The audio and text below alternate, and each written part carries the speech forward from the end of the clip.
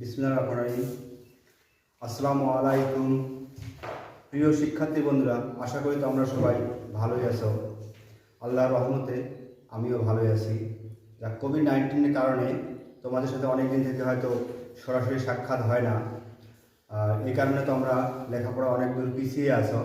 তাই আজকে আমরা অনলাইনের মাধ্যমে কিছুটা হলেও তোমাদেরকে এগিয়ে নেওয়ার চেষ্টা করব। আজকে আমরা আলোচনা করব সপ্তম শ্রেণীর,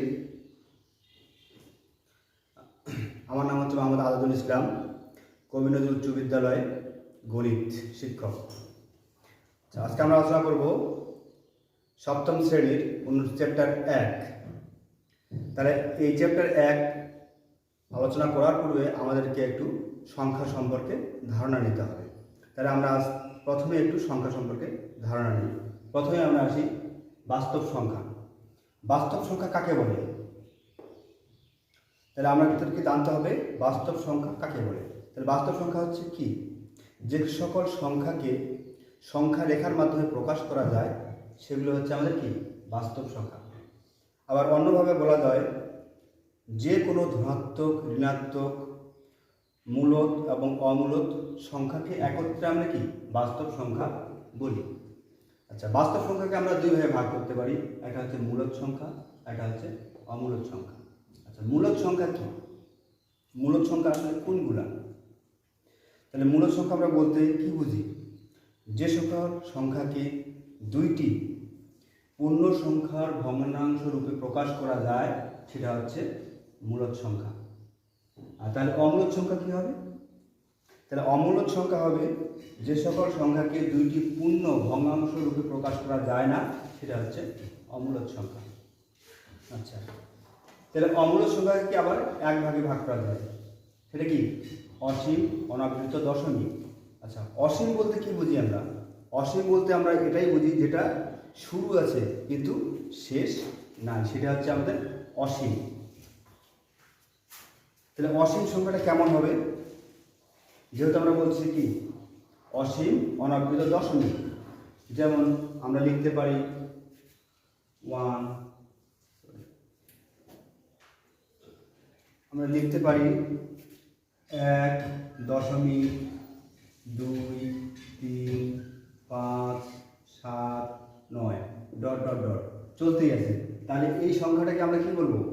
অসীম, অনাবৃত, দশমিক সংখ্যা। এবং এই সংখ্যাটা দশমিকের পর অবশ্যই কোনো কি প্যাটার্নের মধ্যে পড়ে না, মানে কি এলোমেলোভাবে চলতেই আছে। তাহলে সেই সংখ্যাটাকে আমরা বলবো কি? অসীম, অনাবৃত, দশমিক সংখ্যা। আচ্ছা, এরপরে আসে আমরা মূলদ সংখ্যা। আসলে মূলদ সংখ্যাকে কি দুই ভাগে ভাগ করা যায়। একটা হচ্ছে পূর্ণ সংখ্যা, একটা হচ্ছে ভগ্নাংশ সংখ্যা।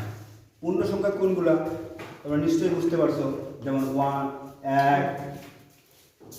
2, 3 ডট ডট ডট, এগুলো হচ্ছে কি পূর্ণ সংখ্যা। তারপরে আসি আমরা ভগ্নাংশ। ভগ্নাংশ কি? ভগ্নাংশে আমরা জানি যে দুইটা অংশ থাকে, যেমন 3/5, এটা হচ্ছে একটা ভগ্নাংশ সংখ্যা। তাহলে পূর্ণ সংখ্যা এবং ভগ্নাংশ সংখ্যা সম্পর্কে মোটামুটি একটা ধারণা পাই না। আচ্ছা, আমরা এখানে পূর্ণ সংখ্যাকে 3 ভাগে ভাগ করা যায়। এটা হচ্ছে কি ধনাত্মক সংখ্যা, এটা হচ্ছে অঋণাত্মক, এটা হচ্ছে ঋণাত্মক। ধনাত্মক বলতে আমরা কোনগুলো বুঝি? যেমন 1, 2, 3 ডট ডট, এগুলো হচ্ছে ধনাত্মক সংখ্যা। আর ঋণাত্মক সংখ্যা বলতে আমরা কি বুঝি? যেমন 1, 2, 3 ডট ডট ডট। তাহলে এই সংখ্যাগুলোকে আমরা কি ঋণাত্মক সংখ্যা বলতেছি। আর অঋণাত্মক বলতে কি বোঝায়? যেটা ধনাত্মকও না এবং কি ঋণাত্মকও না। তাহলে এই সংখ্যাটি কোনটা? তাহলে সেটা হচ্ছে আমাদের কি শূন্য। একমাত্র শূন্য হচ্ছে আমাদের কি অঋণাত্মক সংখ্যা। এখন আসি আমরা ভগ্নাংশ। তাহলে ভগ্নাংশকে কয় ভাগে ভাগ করা যায়? দুই ভাগে ভাগ করা যায়। তাহলে কি একটা হচ্ছে সাধারণ ভগ্নাংশ, একটা হচ্ছে দশমিক ভগ্নাংশ। সাধারণ ভগ্নাংশ কোনগুলা? সাধারণ ভগ্নাংশের মধ্যে পড়ে কোনগুলা? 3/5, 7/9, এগুলো হচ্ছে আমাদের কি সাধারণ ভগ্নাংশ। আর হচ্ছে দশমিক ভগ্নাংশ। দশমিক ভগ্নাংশ কোনগুলো একটু আগে আমরা আলোচনা করলাম যে 1.135 এগুলো হচ্ছে কি দশমিক ভগ্নাংশ।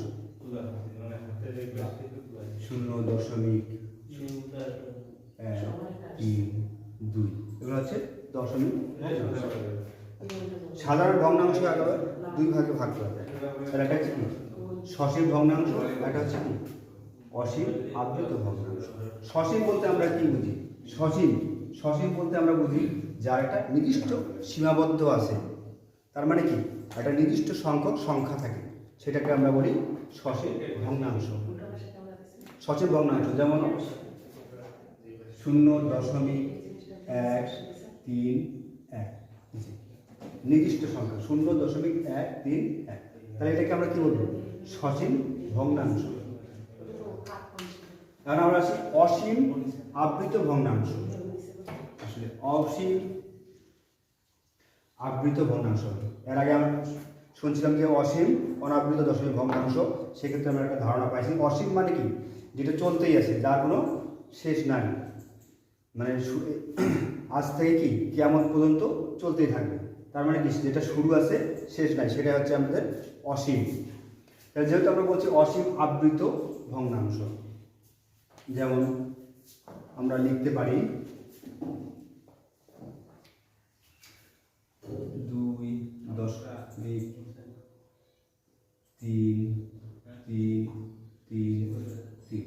তাহলে এই সংখ্যাটা কি শুরু হয়েছে 2.333, এটা কি চলতেই আছে, তাহলে কি এটা কি শেষ নাই, যতক্ষণ পর্যন্ত আমরা কি এটাকে ভগ্নাংশ করে নিয়ে ততক্ষণ পর্যন্ত চলতেই থাকবে। তাহলে এই সংখ্যাটাকে আমরা কি লিখতে পারি? 2.3, 3-এর উপর একটা কি দেবো? পৌনঃপুনিক।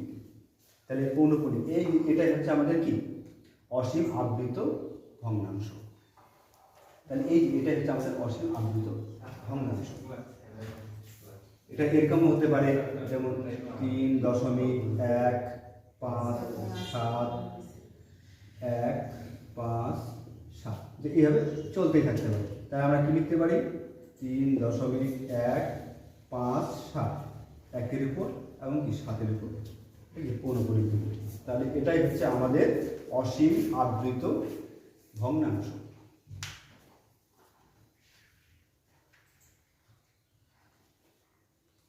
তাহলে আমরা আসি এখন ধনাত্মক। ধনাত্মক সংখ্যাটাকে আবার কি 3 ভাগে ভাগ করা যায়। তাহলে এক কি প্রথমে হচ্ছে কি মৌলিক সংখ্যা। তাহলে মৌলিক সংখ্যা কোনগুলো? ক্লাস 6-এ পড়ে আসতো। তারপর হচ্ছে কি এমন একটি সংখ্যা যেটা হচ্ছে কি মৌলিক নয় এবং কি যৌগিক নয়, সেটা হচ্ছে কি এক সংখ্যাটি হচ্ছে কি মৌলিক না এবং কি যৌগিক নয়। আর এটা হচ্ছে যৌগিক সংখ্যা, যেগুলো কি একের অধিক মৌলিক সংখ্যা পাওয়া যায়। আচ্ছা, তাহলে এই হচ্ছে আমাদের কি সংখ্যা সম্পর্কে একটা কি ধারণা। তাহলে আজকে আমরা প্রথম অধ্যায়ের প্রথম 1.1 অনুশীলনীটা আমরা কি দেখব। তাহলে 1 নম্বরে আসি। প্রথমে আমাদের কি আছে? মৌলিক গুণনীয়কের সাহায্যে বর্গমূল নির্ণয় করা। তাহলে বর্গমূল, এই যে আমরা আসলাম এই সংখ্যাগুলো ধারণা নিলাম কি কারণে? যে এই যে মূলদ এবং অমূলদ এই সংখ্যাটি বুঝতে গেলে আমাদেরকে অবশ্যই কি বুঝতে হবে? বর্গ এবং কি বর্গমূল। তাহলে এই বর্গ এবং কি বর্গমূল সম্পর্কে আমাদের একটা ধারণা থাকতে হবে, তারপরে আমরা কি অঙ্কগুলো করতে পারবো।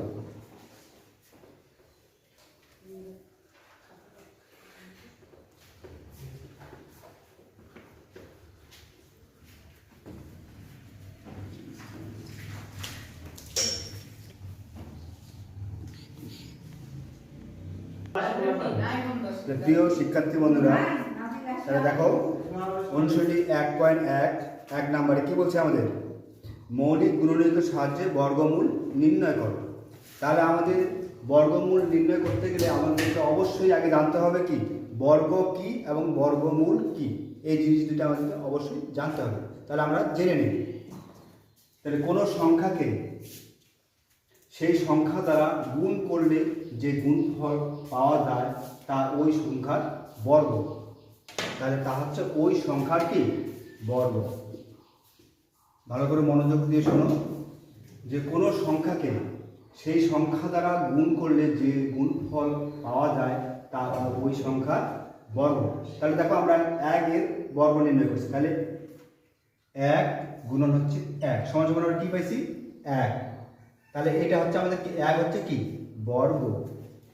তারপরে কি বলছে এবং ওই সংখ্যাটির গুণফলের বর্গমূল। তাহলে পরের কথাটা বলছে ওই সংখ্যাটির গুণফলের বর্গমূল। তাহলে বর্গমূল কোনটা হবে আমাদের ওই সংখ্যার গুণফল। তাহলে 1 আর 1 গুণ করলে কি হবে 1 এর উপর কি দেব স্কয়ার। তাহলে এই যে ভিতরে যে 1 আছে সেটা হচ্ছে আমাদের কি বর্গমূল। তাহলে এই যে 1 এর ভিতরে 1টা হচ্ছে আমাদের কি বর্গমূল। তাহলে এই 1 হচ্ছে আমাদের কি বর্গ আর এটা হচ্ছে বর্গমূল।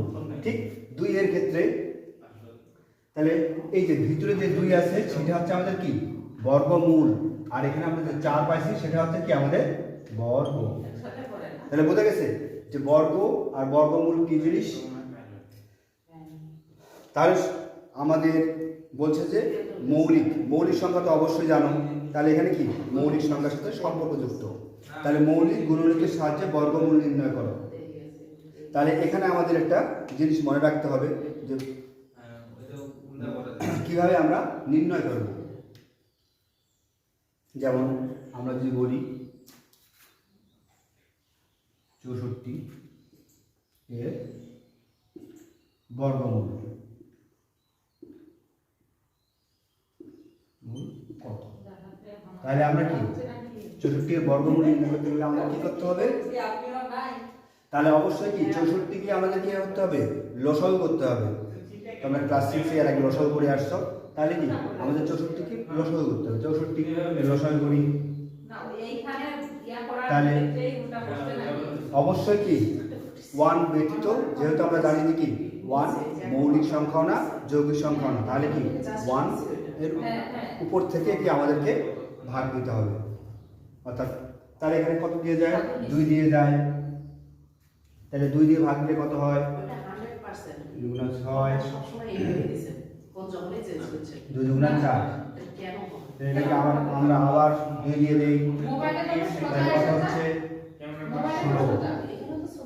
তারপর আবার 2 দিয়ে দেই, তাহলে কত হচ্ছে 8। তাহলে আবার 2 দিয়ে দেই, কত হচ্ছে 4। তারপরে আবার 2 দিয়ে দিই, 2 গুণ 4। তো এই যে আমরা এটা কি লসাগু পাইলাম। তাহলে আমাদের এখন কি এর বর্গমূল নির্ণয় করতে হবে। তাহলে বর্গমূল নির্ণয় করতে গেলে কি করতে হবে, অবশ্যই আমাদের কি তাহলে আমাদের কি 64 সমান সমান আমরা কি লিখতে পারি 2। তাহলে এর গুণনীয়কগুলো লিখবো আমরা। 2 গুণন 2 গুণন 2 গুণন 2 গুণন 2 গুণন। তাহলে আমরা এই গুণনীয়কগুলো লিখলাম। তাহলে এরপরে আমরা কি করব জোড়ায় জোড়ায় বিভক্ত করে নেব। তাহলে 2 গুণন 2 গুণন 2 গুণন 2, তারপরে হচ্ছে কি 2 গুণন 2। তাহলে এখানে আমাদের কয়টা জোড়া হলো 3টা জোড়া। তাহলে আমরা কি জোড়া জোড়া বিভক্ত করছি, জোড়া জোড়া বিভক্ত করছি। যখন আমরা এর বর্গমূল নির্ণয় করব তখন কি করব প্রত্যেক জোড়া থেকে আমরা কি একটি করে সংখ্যা নেব। তাহলে আমরা যদি লিখি 64 এর বর্গমূল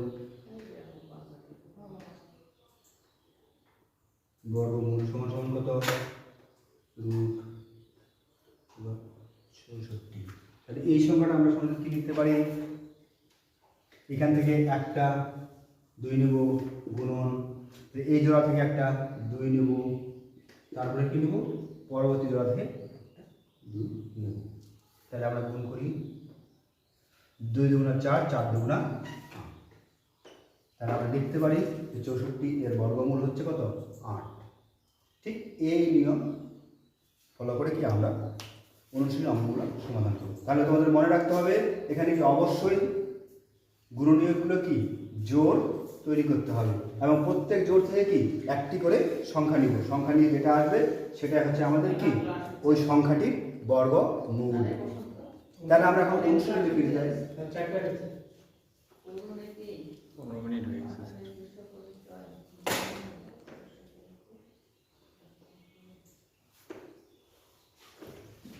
দেখো 1 নম্বরে ক, তাহলে কি 1 ক কি বলছে আমাদের যে 169 এর কি হচ্ছে মৌলিক গুণনীয়কের সাহায্যে বর্গমূল নির্ণয় করো।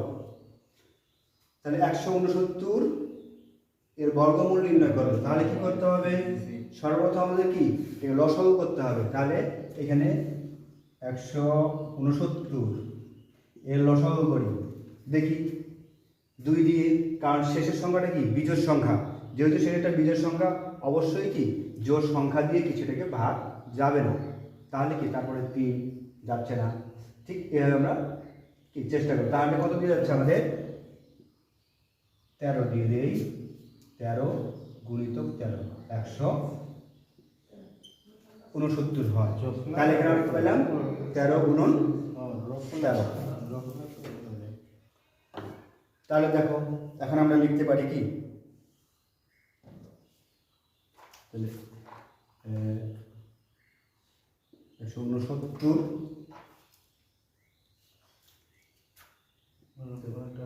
এর বর্গমূল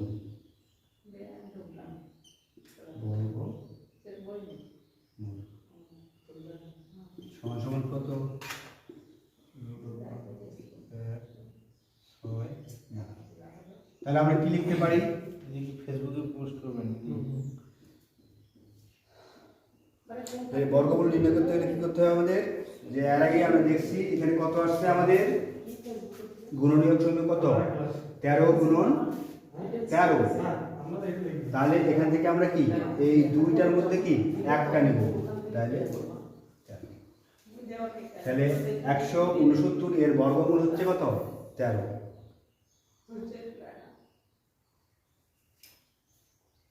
তাহলে ঠিক খ নম্বরটা আমরা একটু সমাধান করি।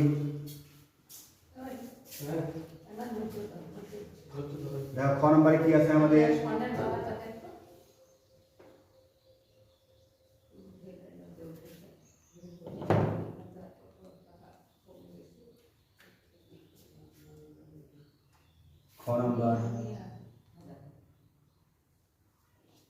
ক নম্বরে আছে আমাদের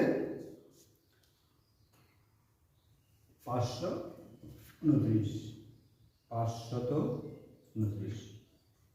তাহলে দেখো এই 529 কে আমরা কি করতে পারি, অবশ্যই কি আমাদের কি করতে হবে লসাগু করতে হবে। 29 কে আমরা কি লসাগু করব। দেখো এই সংখ্যাটার শেষে কত আছে 9, যা একটা কি বিজোড় সংখ্যা। যেহেতু সংখ্যাটি বিজোড় তাহলে কি অবশ্যই এখানে কি 2 দিয়ে বিভাজ্য যাবে না, মানে জোড় সংখ্যা দিয়ে কি বিভাজ্য যাবে না।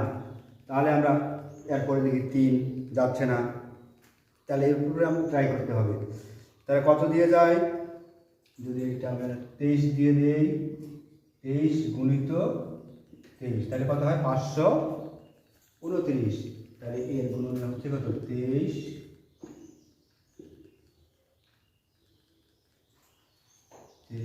গুণিত 23। তাহলে এই যে এটা আসে আমাদের। তাহলে আমি কি লিখবো আমরা,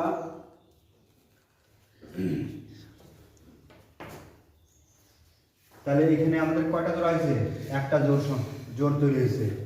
তাহলে আমাদের কাজ কি, যে 529 এর বর্গমূল। যখন আমরা 500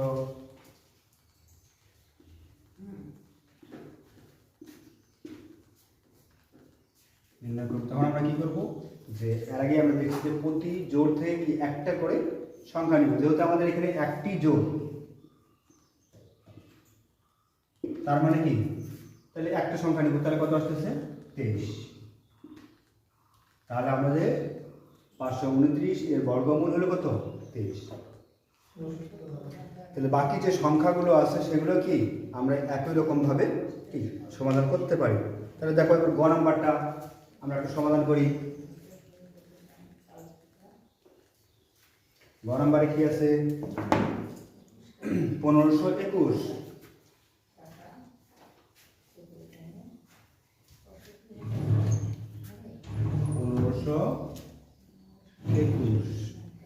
তাহলে আমাদের কাজ কি, যেহেতু 1521 আছে সেটা কি করবো আমরা, অবশ্যই কি লসাগু করবো আগে। তাহলে 1521 লসাগু করি। তাহলে 1521 শেষে কত আছে, 1 আছে। তাহলে কি অবশ্যই জোড় সংখ্যা দ্বারা কি এটা বিভাজ্য যাবে না, তাহলে কি বিজোড় সংখ্যা দিয়ে বিভাজ্য যাবে। তাহলে 3 দিই, 3 দ্বারা বিভাজ্য করি, তাহলে কত 3 5 15, যেহেতু তারপরে 2 আছে, একটা সংখ্যা যায় না, পরের সংখ্যাটা নিতে হবে, তাহলে একটা শূন্য আসবে, 3 7 21। তারপর আবার 3 দিয়ে দেই, 3 দিয়ে দিলে কত হয়, 3 1 3, তারপর কত আছে 2 0 20, 3 6 18, কত থেকে 2 7, 3 লং 27। তাহলে 169।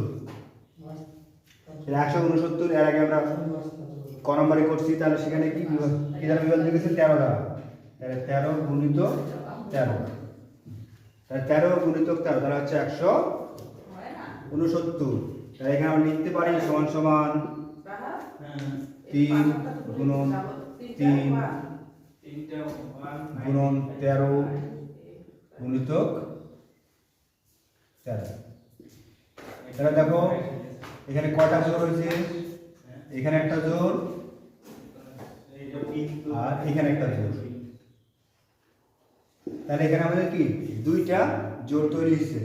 তাহলে আমরা যখন 1521 এর বর্গমূল নির্ণয় করতে যাব, তাহলে কি করতে হবে, আমাদের প্রতিটা জোড় থেকে কি একটি করে সংখ্যা নিতে হবে আমাদের।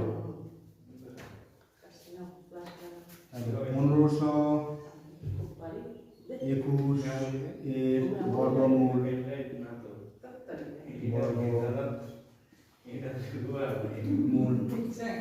তাহলে কত হচ্ছে 21 সমান সমান। তাহলে আমরা কি পাই, তাহলে দেখো এখানে একটা জোড় তৈরি হয়েছে, তাহলে এই জোড় থেকে কি একটি সংখ্যা নিব, তাহলে 3 গুণন, তাহলে দেখো এখানে একটা জোড় তৈরি হয়েছে, তাহলে এই জোড় থেকে কি একটি সংখ্যা নিব, তাহলে কত আসছে 13। তাহলে 2টা দিয়ে আমরা গুণ করি, তাহলে কত হয় 3 13 39। তাহলে এই 39 হচ্ছে আমাদের কত 1521 এর বর্গমূল। তাহলে নিশ্চয়ই তোমরা বুঝতে পারছো যে বর্গমূল কত সহজ একটা জিনিস, এবং কি মৌলিক গুণনীয়কের সাহায্যে আমরা কি সহজেই কি বর্গমূল নির্ণয় করতে পারি, যে কোনো সংখ্যার ক্ষেত্রে আমরা এভাবে নির্ণয় করতে পারি। তাহলে তোমরা অবশ্যই বাসায় যে বইয়ের অনুশীলনের মধ্যে যে অঙ্কগুলো আছে সেগুলো ট্রাই করবা, এবং কি এর বাইরেও কি কিছু সংখ্যা নিয়ে কি তোমরা কি করবা, এর গুণনীয় সাহায্যে কি বর্গমূল নির্ণয় করবা। তাহলে বর্গমূল খুবই সহজ একটা জিনিস, তাহলে বুঝতে পারলে কি খুব সহজেই পারা যায়। তাহলে প্রিয় শিক্ষার্থী বন্ধুরা, তোমরা বাসায় থেকে তোমাদের বইয়ের এবং বইয়ের বাইরেও কি এই সংখ্যাগুলো নিয়ে কি বর্গমূল তৈরি করার চেষ্টা করবা। যদি কখনো কোথাও সমস্যা মনে হয় তাহলে অবশ্যই কমেন্ট করে লিখবা, আমি তোমাদের সেই সমস্যাগুলো কি সমাধান দেওয়ার চেষ্টা করব। আর যেহেতু কোভিড-19 চলতেছে, অবশ্যই বাসার মধ্যে কি থাকবা এবং সবসময় কি হাত মুখ পরিষ্কার রাখবা, এবং নিজে সচেতন থাকবা এবং অন্যদেরকে সচেতন থাকতে কি সহযোগিতা করবা। ভালো থেকো, সুস্থ থেকো, আল্লাহ হাফেজ।